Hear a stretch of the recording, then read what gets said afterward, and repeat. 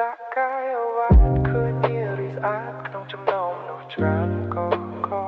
អូយមើលសម្រស់នាងវិញឡើងខ្លោះដូចផ្លែទឹកដោះគេចោះចេញសអូនចន់ទឹកអី legendary មានកំណប់ទុកឯងខ្លួនបែបអាស៊ីបើមិនប្រកាសប្រសំដីត្រឡាន់នាំស្រីកំណាត់ទៅមើលប្រពៃណីយ៉ាងបរទេសបកចេញពីគេជាមួយនឹង style កាលីបស្រុកគេបងនេះមិនស្ដាយឲ្យតែអូនសប្បាយ stay with me tonight នៅឯស្រុកខ្មែរអូ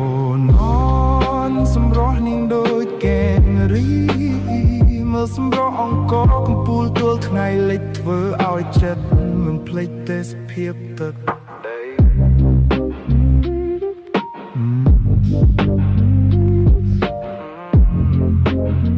សុខសែនមโนមិនសុខដុំរមនេះក្រឡេកទៅមើលទេសភាពសម្រស់ស្រស់សោភា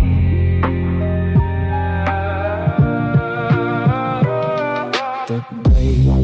អេឆារីយ៉ាងឲ្យជឿជាក់មានសង្ឃឹមសាជាថ្មីកំណប់កប់អតីតកាលរីកដោះដាលដល់ចំនួនយុវវ័យអូនអើយដូចមិនចិត្តណាយមកសប្បាយក្អះក្អាយនឹងបង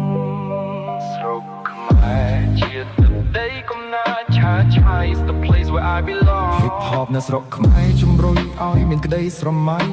ផ្លូវវែងអន្លាយបំបែកយុគសម័យថាមពលវិញ្ញាណចាំងជាពេជ្រចរណៃបងជាកវីដែលមិនទាន់មានកម្រៃឆ្នៃតូចដល់ទៅខ្ចីកំណាប់ពីបុព្វេមានក្តីស្រមៃមួយដ៏ធំនេះគឺជាខ្ញុំនៅតែខ្ញុំខុសពីគេមានភ្នាត់គុំដុតខាងបំលែងបែងសរសេរដាក់កាយអវ៉ែតឃើញនារីស្អាតក្នុងចំណោមមនុស្សច្រើនក៏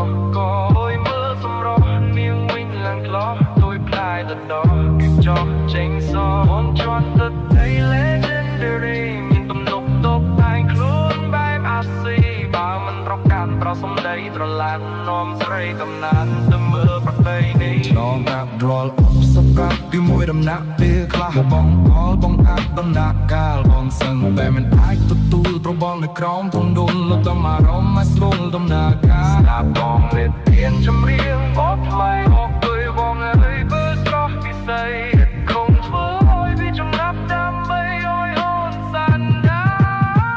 រាយរាប់រៀបមកពី